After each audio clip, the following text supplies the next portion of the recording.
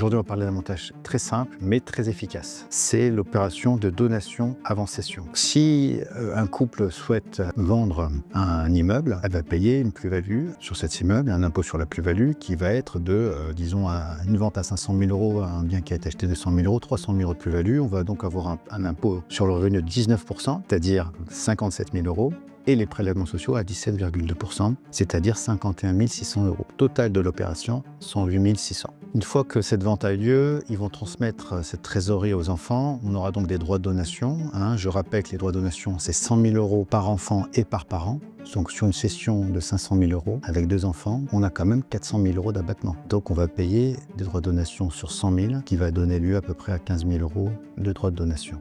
Donc total de l'opération, on a nos 108 600 plus les 15 000, 123 600 € de droits d'impôt. Pour essayer de réduire la note, on va vous proposer un montage un peu différent, c'est-à-dire qu'on va inverser les opérations. On va d'abord donner aux enfants et c'est les enfants qui vont vendre. Si je donne aux enfants, j'ai bien entendu les mêmes abattements qu'on a évoqués à l'instant, c'est-à-dire les 400 000 € d'abattement, donc je vais payer toujours mes 15 000 €. Cela étant dit, une fois que les enfants auront l'immeuble en leur possession, ils vont pouvoir vendre cet immeuble et la plus-value en question sera nulle puisqu'ils vont vendre, certes à 500 000 €, quelque chose qu'ils ont acquis par voie de donation à 500 000 €. Donc la plus-value est inexistante.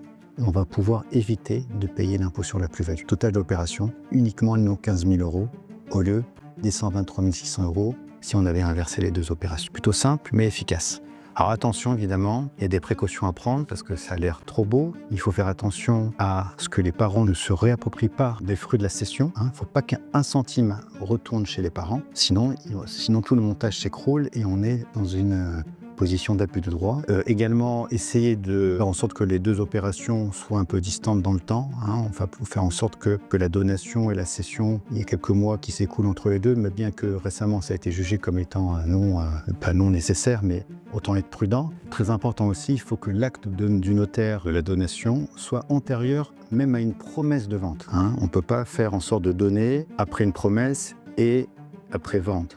Il faut vraiment que la promesse soit antérieure à la donation. Donc si ces points sont bien cernés, le montage ne pose pas de difficulté et vous permet d'avoir une très belle économie pour vous et vos enfants. Donc si vous avez besoin de nous pour vous aider à faire ce genre de montage, on a l'habitude, on sera à même de vous permettre de le réussir. Contactez-nous.